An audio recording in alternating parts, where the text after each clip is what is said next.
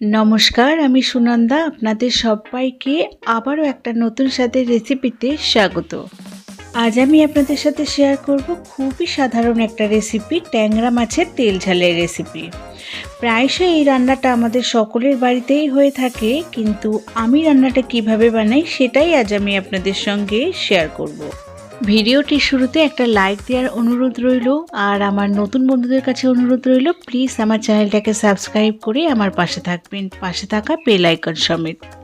ট্যাংরা মাছের তেল ঝাল রেসিপিটা বানানোর জন্য এখানে আমি 9 পিস ট্যাংরা মাছ নিয়েছি। এখন ট্যাংরা মাছগুলোকে আমি নুন আর হলুদ মাখিয়ে নেব।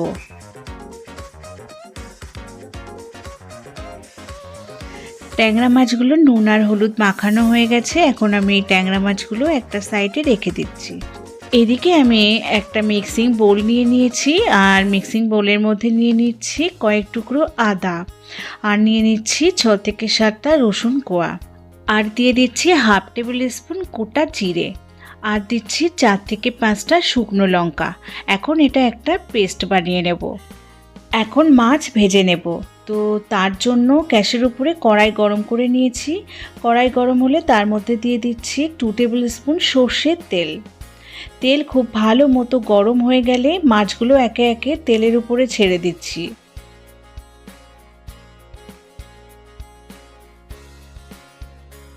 আর মাছগুলো ছাড়ার পরে তেলটা যেহেতু খুব বেশি ছিটকায়, তাই এইভাবে একটু ঢাকা দিয়ে দেবেন। এখন মাছগুলোকে একটু কড়া করেই ভেজে নিতে হবে, যেহেতু ট্যাংরা মাছের একটা স্মেল থাকে, তবে কড়া করে ভাজলে ট্যাংরা মাছের সেই স্মেলটা আর থাকে না। এখন মাছগুলো বেশ কড়া করেই ভাজা হয়ে গেছে, আর এখন মাছগুলোকে একটা পাত্রে তুলে নিচ্ছি। তারপরে বাকি মাছগুলো আবারও তেলের মধ্যে ছেড়ে দিচ্ছি। একইভাবে আমার সমস্ত মাছগুলো ভেজে নেওয়া হয়ে গেছে। এখন আমি একটা পাত্রে সব মাছগুলো তুলে নিচ্ছি। মাছ ভেজে তুলে নেওয়ার পরে আমি কড়াইয়ের মধ্যে আবারও 1 টিস্পুন সর্ষের তেল দিয়ে দিলাম। এবার তেলের মধ্যে দিয়ে দিচ্ছি 2টো এলাচ আর 3 থেকে 4টে লবঙ্গ। 2 থেকে 3 সেকেন্ড নাড়াচাড়া করে নিতে হবে। আর এলাচ থেকে যখন একটা সুন্দর স্মেল আসবে, তখন এর মধ্যে দিয়ে দিতে হবে পেঁয়াজ বাটা। আমি এখানে 2টো মিডিয়াম সাইজের পেঁয়াজ আগে থেকে পেস্ট করে রেখেছিলাম, তো সেটাই আমি এর মধ্যে দিয়ে দিচ্ছি। এখন এটা বেশ কিছুক্ষণ ধরে নাড়াচাড়া করে নিতে হবে, যতক্ষণ না পর্যন্ত পেঁয়াজের একটা ব্রাউন কালার চলে আসছে। মিডিয়াম টু লো ফ্লেমে রেখে বেশ কিছুক্ষণ ধরে নাড়াচাড়া করে নিয়েছিলাম। এখন পেঁয়াজের একটা ব্রাউন কালার চলে এসছে।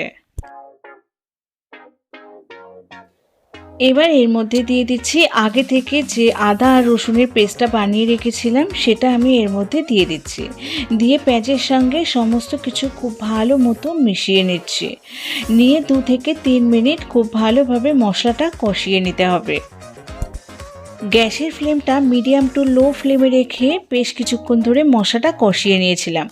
আপনারা দেখুন মশলা থেকে তেল ছাড়তে শুরু করে দিয়েছে। এখন এর মধ্যে দিয়ে দিচ্ছি হলুদ গুঁড়ো, খুব বেশি না, অল্প একটু হলুদ গুঁড়ো দিয়েছি। আর দিয়ে দিচ্ছি 1 টিস্পুন লাল লঙ্কার গুঁড়ো, দিচ্ছি স্বাদ মতো নুন। এখন সমস্ত কিছু খুব ভালো করে মিশিয়ে নেব। গ্যাসের ফ্লেমটা লো টু মিডিয়ামে রেখে মশলাটা আবারও খুব ভালোভাবে কষিয়ে নিতে হবে। এখন এর মধ্যে দিয়ে দিচ্ছি 2টো মিডিয়াম সাইজে কেটে রাখা টমেটো। তেলের মধ্যে টমেটো মিশিয়ে নিয়ে এবার ঢাকা দিয়ে রান্না করে নেব 5 থেকে 6 মিনিট।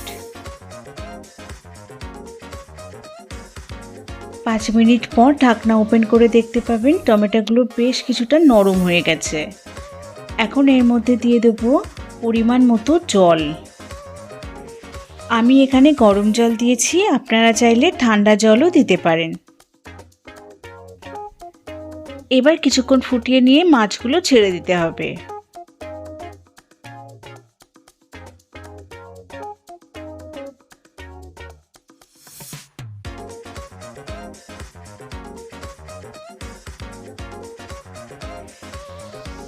সমস্ত মাছ দেওয়ার পরে এবার ঢাকা দিয়ে হতে দেবো 6 থেকে 7 মিনিট।